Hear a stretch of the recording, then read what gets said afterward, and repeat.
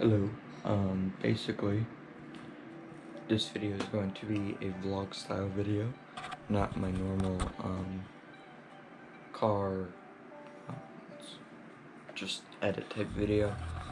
Um, I'm going to Caffeine and Octane, which is supposedly, call it the, largest car show on the East Coast, and, it's the first one since COVID. And so I got my mask required, and they're expecting like 20,000 people. And I'm gonna go take some photos. I'll just show you around.